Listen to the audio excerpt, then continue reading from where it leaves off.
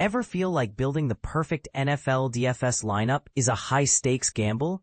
Week 11 was one of those weeks where every decision felt crucial, and even the smallest misstep could cost you big. I'm diving deep into my DraftKings and FanDuel cash game lineups from Week 11, revealing my thought process behind each pick, the good, the bad, and the downright lucky. Buckle up because we're about to dissect what worked, what didn't, and what I learned from this roller coaster of a week. For those new to the game, let's quickly define what I mean by cash games. These are the contests where roughly half the participants get paid out. Think head-to-head matchups, double-ups, and 50-50s. My strategy is to focus on these games, primarily through head-to-head action, supplemented by other cash game formats. Each week, I meticulously craft one lineup for DraftKings and another for FanDuel, aiming for consistent, reliable performance. The goal isn't to hit a massive jackpot, but rather to steadily build my bankroll through informed decisions. Now, let's get into the specifics of Week 11. The slate presented a unique challenge, a lack of appealing value plays at the tight end position, combined with the emergence of an excellent, albeit expensive option in Trey McBride. This created a bottleneck, forcing us to make some tough choices, including a serious debate: Christian McCaffrey or Jamar Chase. Which one do you prioritize when you can only afford one of them? That's the kind of question that keeps DFS players up at night. Note, unless otherwise specified, the following analysis focuses on my DraftKings lineup. My must-plays: Trey McBride, TE. Regular readers know I'm usually all about finding the cheapest possible tight end on DraftKings. But this week, as well as last week, McBride was an exception. His projected usage was through the roof, especially with Marvin Harrison sidelined. Plus, he had a favorable matchup against the San Francisco 49ers defense riddled with injuries. If there had been any decent cheap options at tight end, I might have considered fading McBride. But there simply weren't any reliable alternatives. Sometimes you just have to pay up for the obvious stud. Chase Brown, running back. The absence of Samaje Perine due to an ankle injury had a massive impact on Chase Brown's value. It thrust him back into the role he held late last season, where he was playing nearly every snap. Crucially, it also meant he would be the go-to guy for checkdowns from Joe Flacco on all passing downs and in hurry-up situations.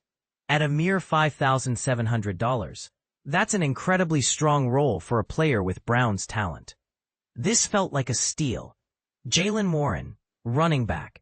Even though projections suggested Warren would lose passing down snaps to Kenneth Gainwell, I still considered him a must-play. But here's where it gets controversial. Playing a running back against the Cincinnati Bengals is generally a good idea.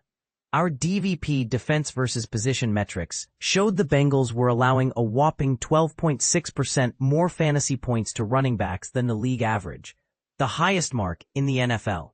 So, despite my general aversion to playing players in Arthur Smith's offense in cash games, Warren's talent and the favorable matchup at $6,100 were too compelling to ignore. My want plays Jacoby Brissett QB. I knew going into the week that I needed to punt at quarterback to allocate salary elsewhere. I considered J.J. McCarthy $5,200, Jacoby Brissett $4,900, and Davis Mills $4,500. McCarthy projected the best, and with his weapons, rushing ability, and matchup, I agreed he offered the highest ceiling. However, I was concerned about his floor given his performance this season. Brissett, on the other hand, provided a safer floor and saved me $300, which was crucial. I was simply aiming for 15 points for my quarterback and moving on. Given the constraints of the slate, sometimes the boring pick is the right pick. Wan'Dale Robinson. I typically avoid paying $5,500 for wide receivers like Wan'Dale Robinson, as his low yards per target is a major red flag, and this is the part most people miss. However, raw volume can compensate for inefficiency, especially when that volume comes from a quarterback as aggressive as Jameis Winston. With both Malik Nabers and Darius Slayton out, Robinson was poised to receive double-digit targets. I would have been content with Juwan Jennings $5,100 in this spot if the $400 saved could have significantly improved another position. Tennessee Titans DST. This was a no-brainer spot to pay down at defense. Jeffrey Simmons was back in the lineup for the Titans, and they were playing at home against Davis Mills.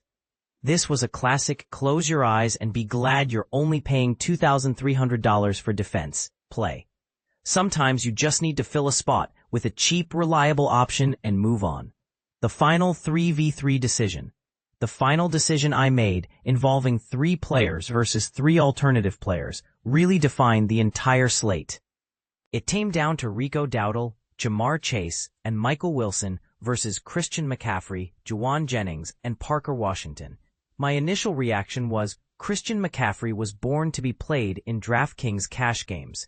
His usage and skill set are perfectly suited for a full PPR format, and his consistency is among the best in the league. Fading him at $9,000 in a favorable matchup usually feels wrong. However, I felt this 3v3 decision was extremely close because I love the upside of Dowdle and Chase, while Jennings and Washington had significantly lower ceilings. I also like the idea of rostering Wilson as Brissett's primary receiver at only $3,800. Furthermore, the Rico side projected 1.7 points higher, according to our projections. And I didn't want to have Washington on both my DraftKings and FanDuel lineups, especially with Jacoby Myers' role expected to increase in Jacksonville. Ultimately, I opted for the Dowdle, Chase, Wilson side at the last minute. Did I make the right choice?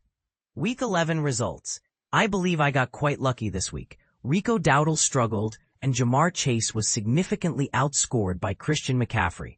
However, my conviction in Jacoby Brissett over J.J. McCarthy proved to be a game-changer, and then Michael Wilson delivering a 15-185.0 performance was absurdly fortunate. The Sun run in cash gains continues. Year-to-date results. Week 1 DraftKings, 111.32 points, 137% of head-to-heads. Week 2 DraftKings, 145.40 points, 176.5% of head-to-heads. Week 3 DraftKings, 168.68 points, 170.6% of head-to-heads. Week 4 DraftKings did not play. Week 5 DraftKings, 192.22 points, 187.5% of head-to-heads. Week 6 DraftKings, 153.92 points, 156.8% of head-to-heads. Week 7 DraftKings, 186.04 points, 194.9% of head-to-heads. Week 8 DraftKings, 95.48 points, 111.4% of head-to-heads. Week 9 DraftKings, 179.04 points, 186.8% of head-to-heads. Week 10 DraftKings, 189.72 points, 186.4% of head-to-heads. Week 11 DraftKings, 154.88 points, 175.7% of head-to-heads. Week 1 FanDuel, 114.22 points, 192.3% of head-to-heads. Week 2 FanDuel, 119.00 points, 195.2% of head-to-heads. Week 3 FanDuel, 149.42 points, 182.6% of head-to-heads. Week 4 FanDuel, did not play. What do you think? Did I make the right call fading McCaffrey? Would you have approached this slate differently? Let me know in the comments below.